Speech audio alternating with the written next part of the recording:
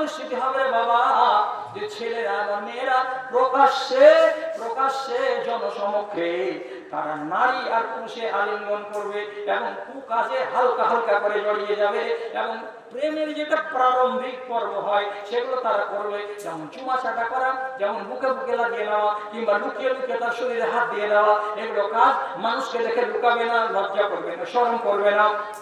সেই যুগের মানুষেরা বড় বড় চোখ করে দেখবে আর বলবে আল্লাহ যে কোন যুগে এলো, কোন যুগে এলো, কোন যুগে এলো। তখন সেই যুগের মানুষেরা যদি একটা কোনো ভালো মানুষ হয় সাহস করে নিষেধ করতে পারবে না, তখন কি বলবে লাউ ওয়ারাইতুম ইলা ওয়ারাইল জিদারে, এ কার বেটা আর কার বেটি তুমি ওপেন বাজারে এগুলো কেন করছো? তুমি যদি এই দেওয়ালের ওই পারে চলে যাও আর ওখানে গিয়ে যদি দেওয়ালের আড়ালে বসে বসে তোমরা চুমাচাটা করো গাও, তাহলে তোমাদেরকে কেউ নিষেধ করতে যাবে না। বাবার সড়ককে ছেড়ে দাও, এই রাস্তাকে ছেড়ে দাও আর মফস্বল জায়গাতে চলে যাও, এই কথাটা বলার সাহস করতে পারবে, তাছাড়া তাদেরকে নিষেধ করার ক্ষমতা হবে না। চোখে দেখো, চোখে দেখো, এগুলো সব চোখে দেখতে পাচ্ছি আর চোখে দেখতে পাবে। রাসূলুল্লাহ বলেছেন, আবুদাউদের হাদিস আছে, আউয়ালু মা ইউরফাউ মিন হাযিহিল উম্মতি আল খুশু। এই উম্মতকে আমি অনেক কিছু দান দিয়েছি, আমার নিয়ামত অনেক আছে, জমি দিয়েছি, জিরাত দিয়েছি, টাকা দিয়েছি, পয়সা দিয়েছি, ধন দিয়েছি, দৌলত দিয়েছি, গাড়ি দিয়েছি, বাড়ি দিয়েছি, বিবি দিয়েছি, বাল বাচ্চা দিয়েছি, অনেক অনেক অনেক নিয়ামত দিয়েছি। আর ভেতরে আল্লাহ রাব্বুল আলামিন এলাই বলছে সর্বপ্রথম যেটা নিয়ামত আল্লাহ তাআলা এই উম্মতের কাছ থেকে কেড়ে নেবেন সেটা কি? খাশিয়াতে ইলাহি, মানে আল্লাহর ভয়। আপনার মনে আল্লাহর ভয় থাকবে না, আমার মনে আল্লাহর ভয় থাকবে না। আল্লাহকে বলে ভয় আমার লাগবে না, আপনাকেও লাগবে না। যখন ভয় নাই, যখন আমি চিন্তা করি না যে কেউ আল্লাহ বলে আছে, এরকম ডর যদি মনের ভেতরে না থাকে দাদা, তাহলে আর কিসের জন্য রূপু অন্যায় কাজ করতে গিয়ে যেটা মনে লাগবে সেটাই করে যাব, যেটাই মনে লাগবে সেটাই করে যাব, ওটাই হবে আর ওটাই হচ্ছে। শেষ কথা হলো এই, রাসূলুল্লাহ বলেছেন, এটা হলো হাদিস, আপনি মাথায় রাখবেন। আল্লাহর ওয়াস্তে আমার দাদারা, আমার ভাইরা, আমার মায়েরা, আমার বোনেরা, এই হাদিসটাকে মাথায় অবশ্যই রাখবেন। কালকে সকালবেলায় চায়ের দোকানে একটা ভাইকে আপনি শিখিয়ে দেবেন। রাসূল কারীম বলেছেন, ইন্নাল ঈমানা লা ইয়ারজু ইলাল মাদিনাতে কামা তারজুল হাইয়াতু ইলা জুহরিহা।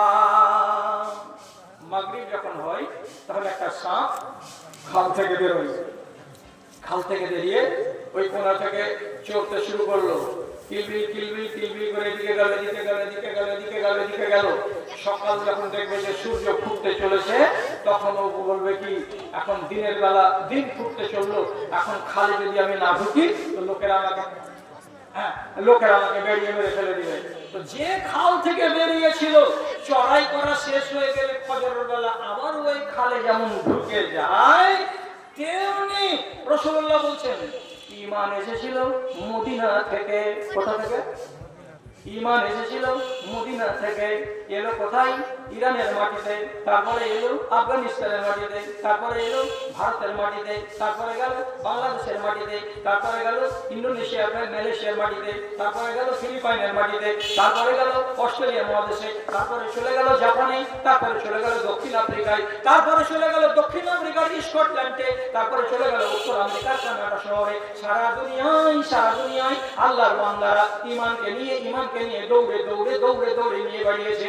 সারা পৃথিবীতে ঈমান আছে, সারা পৃথিবীতে মসজিদ আছে, সারা পৃথিবীতে মসজিদে আযান পড়ে এবং জামাত কায়েম হয়, সব জায়গাতে ঈমান আছে। কিন্তু এমন একটা সময় চলে আসবে মানুষেরা দিনকে মানবে না, মানুষেরা শরীয়তকে মানবে না। তখন অস্ট্রেলিয়াতে ঈমান থাকবে না, ঈমান চলে আসবে মালয়েশিয়ায় ঈমান থাকবে না, ওখানকার লোকগুলো ন্যাংটা আড়ি হয়ে যাবে ঈমান থেকে।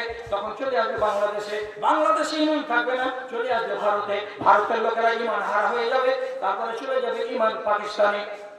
এই করতে করতে করতে করতে ঈমানের উল্টো যাত্রা শুরু হবে। এদিক থেকে ঈমান চলে গেল মদিনায়, দক্ষিণ আফ্রিকা থেকে ঈমান চলে এলো মদিনায়, আমেরিকা থেকে ঈমান ফিরে চলে এলো মদিনায়। সারা দুনিয়া খা করছে, একটাও ঈমান নাই, একটাও মুসলমান নাই। আসে মুসলমান নামের মুসলমান, তাদের কাছে ঈমান বলে কোনো জিনিস নাই। নামাজ নাই, রোজা নাই, হজ নাই, যাকাত নাই, তাহাজ্জুদ নাই, বেতর নাই, নামাজ নাই, পর্দা নাই, কোনো কিছু নাই, আল্লাহর শরীয়ত বলে কোনো জিনিস নাই। এমন পরিস্থিতিতে দাঁড়াবে, শেষের বেলায় এগুলো মানুষ পাওয়া যাবে যে মানুষগুলো মাঝে মাঝে বলবে লা ইলাহা ইল্লাল্লাহ। একটা মানুষ যদি লা ইলাহা ইল্লাল্লাহ বলে, তো তার পাশে দু তিনটা লোক তখন বলবে, চেহারা বলবে হাযিহি কালিমাতুন কানা ইয়াকুলুহা আবাউনা। এই কথাটা আমার বাপরা বলতো, কি বুঝলেন জি? এই কথাটা কি বলতো? আমার বাপরা বলতো, শুনেছি আমার বাপরা বলতো। কোন কথাটা? লা ইলাহা ইল্লাল্লাহ। তোমরা বলো না কেন? না, এগুলো সিস্টেম নেই আমাদের কাছে। আর একটা লোক কিছুদিন পরে বলবে সুবহানাল্লাহ। দু তিনটা লোক তখন বলবে এই কথাটা আমাদের দাদারাকে বলতে শুনেছি, আমাদের বাবারাকে বলতে শুনেছি। তোমরা বলো না যে না, বলি না। সুবহানাল্লাহ থাকবে না, আল্লাহু আকবার থাকবে না, লা ইলাহা ইল্লাল্লাহ থাকবে না। শেষ পর্যন্ত নবীজি বলেছেন লা তাকুমু সাআতু হাত্তা ইয়াকালা যাহিল আরজি আল্লাহ আল্লাহ। যতদিন পর্যন্ত আল্লাহ কথাটা বেঁচে থাকবে ততদিন আল্লাহ কিয়ামত কায়েম করবেন না। শেষের বেলায় দেখা যাবে দুনিয়াতে আল্লাহ বলারও লোক মিলবে না। তখন রব্বুল আলামিন বলবেন দুনিয়াকে পয়মান করে দাও।